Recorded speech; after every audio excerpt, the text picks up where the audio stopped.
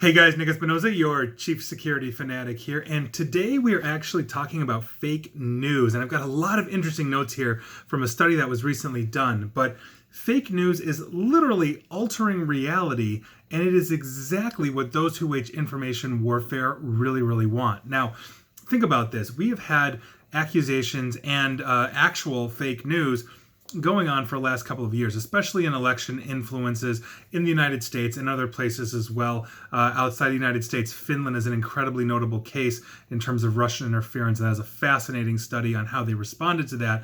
But we know that we are coming up to another big election year, at least here in the United States in 2020 on a presidential election, and information warfare is continuing to ramp up, as is fake news. Now, according to a joint study by both American and Irish researchers, fake news is basically, and I have notes here, certainly influences voters and can even cause many to form false memories based on fabricated news reports they've seen. And this is absolutely fascinating to me. And here's the methodology that they use. Now, there were 3,100 potential Irish voters that were surveyed in this study. Now, this was heading into the abortion referendum of 2018 that happened in Ireland. Now, each person was asked, and I have notes here, about their voting plans heading into this abortion referendum.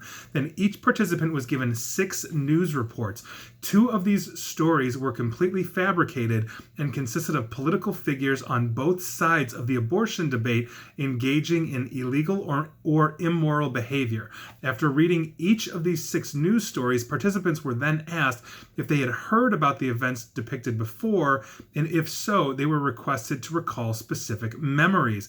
Now, after that, each participant was told some of the news stories they had just read were false, and they were asked to identify which reports they believed to be fake. Each study subject also completed a cognitive test. Now, almost half of the participants reported a memory pertaining to at least one completely fabricated news stories, and many even recalled intricate details about the fake story. Interestingly, those in favor of legalized abortion were more likely to remember a false claim about anti-abortion figures, and those against legalized abortion were more likely to recall a memory about pro-abortion political figures. In other words, if you are looking at an horribly negative story against the candidate that opposes your viewpoint, you're more likely to remember the bad thing than you are remembering the bad thing about the candidate that supports your position. And I quote, this is lead author Gillian Murphy of the University of College Cork in a release, and I quote, "In highly emotional, partisan political contests such as the 2020 U.S. presidential election, voters may remember entirely fabricated news stories. In particular, they are likely to remember scandals that reflect poorly on the opposing candidate," which is what I just said. And I think this really underscores something that we have going on here, which is a very severe case of confirmation bias. And if you're not familiar with this, it's essentially this. If you have, let's say, a belief system, you're pro or con, let's say, some debatable topic, you tend to find, and I'm not saying you, but humanity in general, tends to find news stories, sources, articles, or viewpoints that tend to bolster or confirm the bias that they have against, let's say, the opposing side to that same debate. In this case, in Ireland, it was abortion, but you can pick pretty much anything. That is political, death penalty, gun control, take your pick, but confirmation bias is simply this.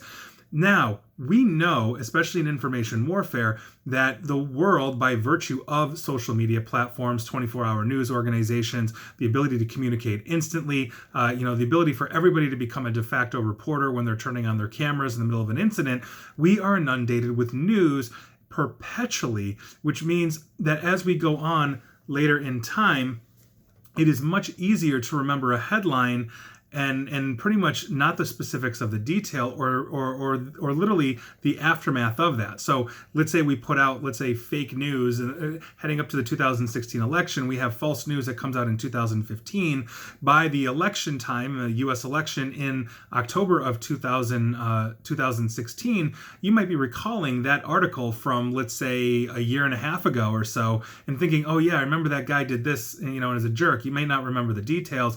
You may make up the details as it confirms your bias, or you may actually specifically remember it, but the point is that you are then taking that news and assimilating that, and that is literally changing your perception of reality. If you think somebody has done something and it's been proven false, maybe you didn't get the memo that they were literally proven false, and now you are consistently having this bias and having this false perception. And as you're talking to others, let's say engaging, in politics or on this topic, you may be relaying information to somebody that is less informed as you and delivering fake information. This is how we proliferate things, and this is a problem. And so the real question that we have, not just the United States, but also obviously in Ireland and Finland and anywhere else that we are holding free and open elections, or we have a platform for open communication, is how do we actually combat this by verifying our sources, by understanding that what we are reading may not necessarily be true on,